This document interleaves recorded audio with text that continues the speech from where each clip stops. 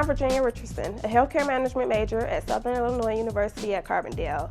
I am in sunny Los Angeles today to chat one-on-one with Thiry, the CEO of DaVita, the leading provider of dialysis services for chronic kidney disease patients. DaVita is a huge organization, serving over 100,000 patients, and Kent is their fearless leader, known for creating a unique company culture and cultivating a passion for healthcare among his team. Let's find out how he keeps things fun. Where did you go to college and what did you study? I went to Stanford University in California, and I was political science and economics. What would you say are some of the key decisions that you made early in your career? I went over to New York City, which I had never been to, but I intended still to go to law school after working for a couple of years. But during that period of time, I changed my mind and decided while I did love the law, I did not love the idea of being an attorney. And so I went to business school instead of law school. So not going straight to graduate school was probably one of the biggest decisions I made in those early times. What brought you to the healthcare industry, and more specifically, DaVita? Well, the answer to this question will tell you that I've been more lucky than thoughtful. First, as far as bringing me to healthcare, I had no intention of working in healthcare. And after I got my MBA, I started work at a consulting firm called Bain. I only got into healthcare because I was forced into healthcare against my wishes. But then I stayed in it, and when I left Bain, I was a partner for a few years. There was a gentleman who was 60 years old and running a dialysis company. Oh.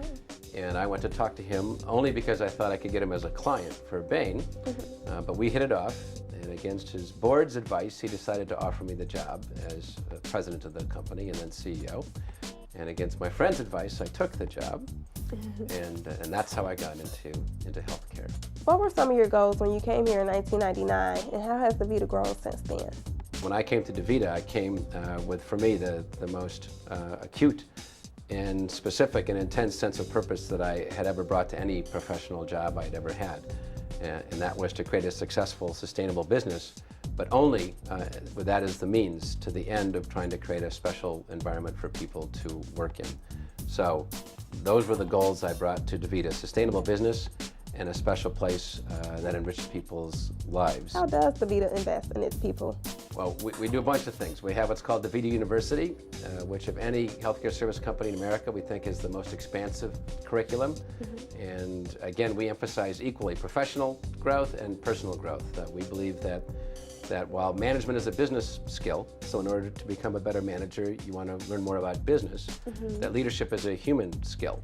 And if you want to become a better leader, you need to become a better human. Can you explain what is meant by the DaVita Village?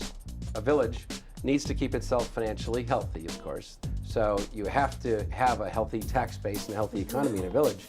But that's not the end. No one says, I want to live in the village that has the highest GNP. Mm-hmm. You say, I want to live in a place that has a healthy economy, but is a great place to live, where people have a sense of neighborliness, mm-hmm. a sense of mutual obligation, where there's sort of a social contract, where people care about each other and look out for each other. That's the difference between a block of houses and a block that's a neighborhood. Right. And so we wanted to be a community first and a company second. What do you consider to be the defining moment of your career so far? Shortly after I came to DaVita, which was a big decision in and of itself, we had our first meeting of the leadership team, the top 120, 140 people or so. So none of them, or very few of them, had ever been in a room with me. Mm-hmm. The company was technically bankrupt.